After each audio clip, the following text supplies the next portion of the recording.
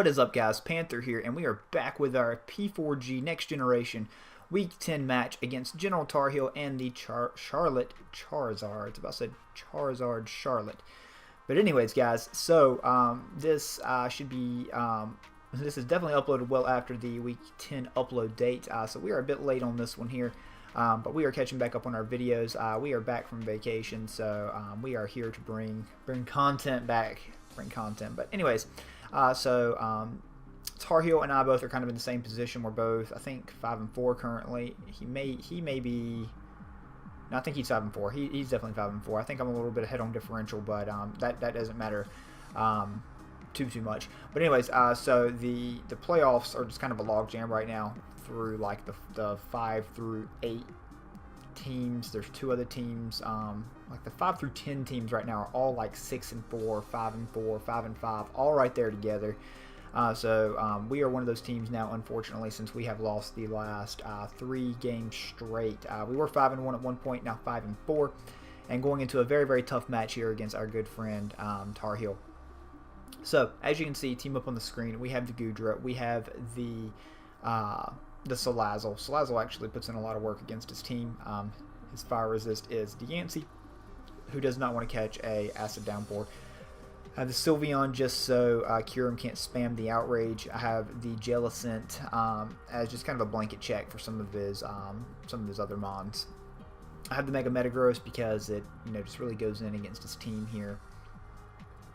Outside of like the Tangrowth and the Blastoise, and then I have a Terrakion, a choice banded Terrakion, because it can just come in and click close combat, and its Nidoqueen doesn't have reliable recovery outside the Super Berries. So yeah, that's going to do a lot of damage.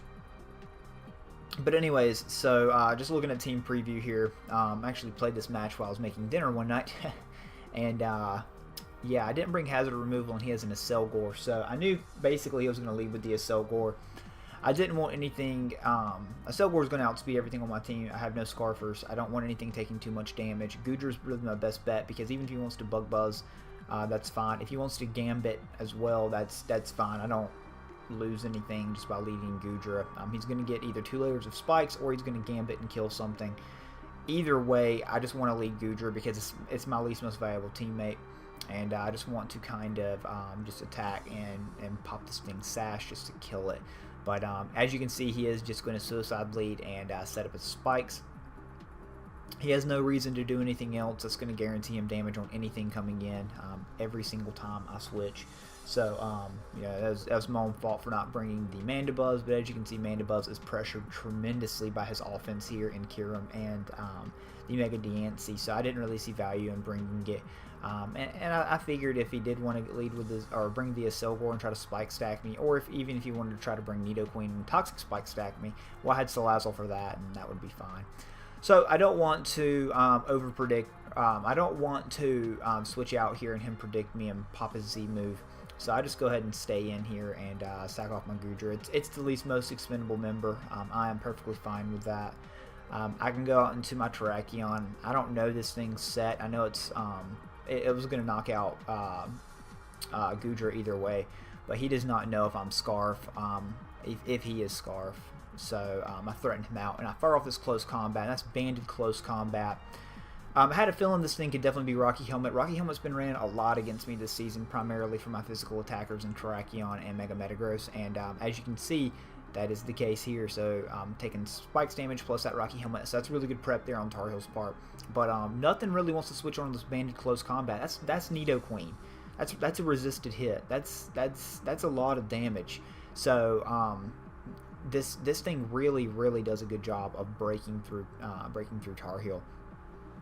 So this game's kind of going to be on its back. So go out to my Jellicent here as he chooses to set up his Stealth Rocks. So yeah, he's just going to pressure me with those hazards. I definitely going to have to remember that for next match if we do get the opportunity to play in playoffs or anything like that, to bring my hazard removal. So he's able just to go out into the Jellicent here as I fire off the Toxic, I do believe, and we connect thankfully.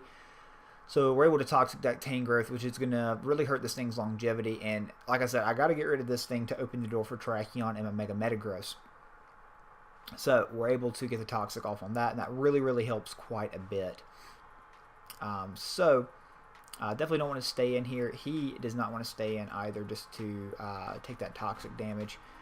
As I switch out, I believe I go out into, no, actually I think I taunt here because I know he's Rocky Helmet, so I know he could be Seeds or Sleep Powder. So I just want to go ahead and taunt as he makes a good play and goes out into the Kyurem. So don't know this thing's set again. I don't think I'm going to get the opportunity to set up Stealth Rocks, so I want to get some residual damage on this thing just in case this thing's Babiri. So I fire off my Toxic here, and we do miss that second Toxic there. Doesn't really matter in the long run of this game. Wouldn't have changed the outcome of it, but you know, it is unfortunate that we do miss because it any damage on this Kyurem is going to be nice because Kyurem is so hard for me to switch into, as you can see. So down goes the Jellicent. We are now down Jellicent and Goodra, but we are able just to go back out into our Terrakion and click close combat again. Now that the Tangrowth has some poison damage on it, something's going to be dropping here. We're going to be able to get a kill here with close combat, basically. But Tarheel's going to play really smart around this. He's going to go into Tangrowth first as we close combat to get that Rocky Helmet chip damage.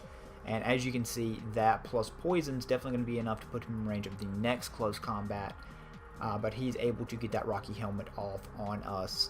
But he's going to go out sacking his Nidoqueen here, which is a really good play on his part because it keeps that Tangrowth around for that Rocky Helmet chip for the Mega Metagross. But we're going to be able to kill the Nidoqueen at least on the following turn with this other close combat. Even if he has Sucker Punch, even at -2, I don't think... Well, I probably am in range of Sucker Punch. I didn't realize I was at 48 health. But yeah, pick off the Nidoqueen here with the close combat, and the game's back 4-4. But we're going to struggle to break the Blastoise and the Tangrowth if it does not continuously stay in. So now that he definitely knows I'm Choice Banded, and I don't have a whole lot of longevity left, I don't really have a great switch in to make a DNC either because the Sylveon is 2-shot. And I still don't know the Kyurem spread. I know he's not boosting from that damage on Jellicent, but I'm thinking he may be Scarfed here at this point. And if he's Scarf Kyurem, that could really be bad for my team. So he knocks me out. I can go into my Mega Metagross now and threaten him out. He's most likely going to go back out into the Salazzle, not the Salazzle, into the Tangrowth. But I know I'm going to threaten him out with the Metagross. I know I've got to start playing a whole lot more offensively for a shot at winning this. So I'm going to make the double into my Salazzle. And yeah, we're able to bring Salazzle in, who's going to take a ton of damage from Hazards.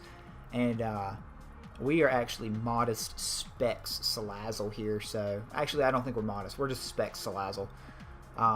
We played this match quite a while ago. It was before I went on my vacation, actually. So it's been at least a week and a half. But we're able to kill that Tangrowth, thank God. Knock it out. But yeah, he's able to go out into the Beast here. And that's not good for me. So again, I don't know what this thing is. I'm thinking it may be Scarf, even though we make fun of Scarf Kyurem a lot. So I just want to go ahead and go out into my Sylveon here and see what exactly he wants to do. So he goes for the Earth Power.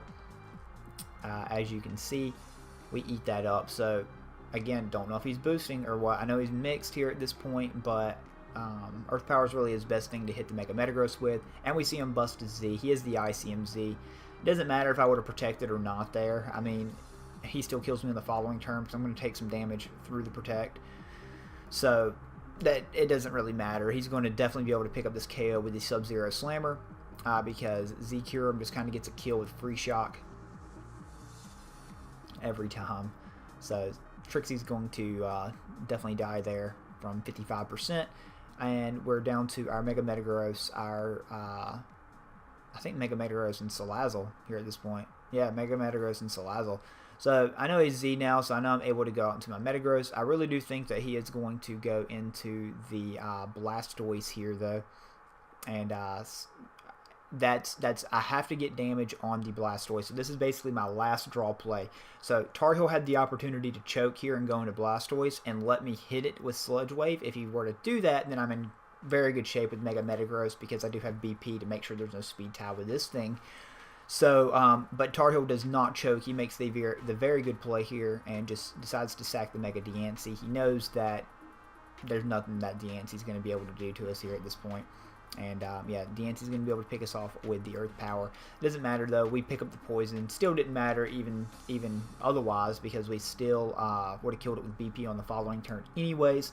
So now it is Mega Metagross versus the world here at this point. We know he's not very on the Mega Meta, so we can definitely kill it with Meteor Mash, but we can't break through this Blastoise for the reason that we do not have Thunder Punch. I have Earthquake for the Cobalion over that. I have BP Meteor Mash. I want to say I have Zen. I forget exactly. I know I have the EQ, but I don't remember if I have the Zen Headbutt or not. I can't remember Tarheel's team off the top of my head. But if I had the Thunder Punch, unless I don't know if he was Volcan or not. I can't remember his item. He may be leftovers. But I believe Thunder Punch 2-hit KO'd even defensive Blastoise. So as you can see, as long as we didn't get burned here, we were in good shape. We didn't get burned, thank God, but it was over because we didn't have the Thunder Punch. Like I said, I don't remember the calc off the top of my head if he was defensive. Like I said, he may have very well been Volcan. He's not showing any type of item or anything like that. He could very well be Volcan to counter this thing. But that is what it is. We go down, lose 2-0. The General Tarheel here. So he moves to, I think he moves to 5. I think we're both 5-5 now. I don't remember off the top of my head. This match was played a while ago, so I unfortunately do apologize. We are 5-5. So what that means for us is it puts us in a must-win position for this last game here against Matt and the Montreal Melodics. Here coming out Friday, so be sure to check into that game. We have to win this game, and then we need a little bit more help too as well to be able to clinch one of the lower seeded playoff spots, which doesn't really matter. As long as we make playoffs, I will have hit my goal, and yeah, that'd be great. But anyways, guys, thank you so much for taking your time and watching this video. I apologize again for the late upload. Be sure to go check out General Tarheel's channel. It will be in the description below.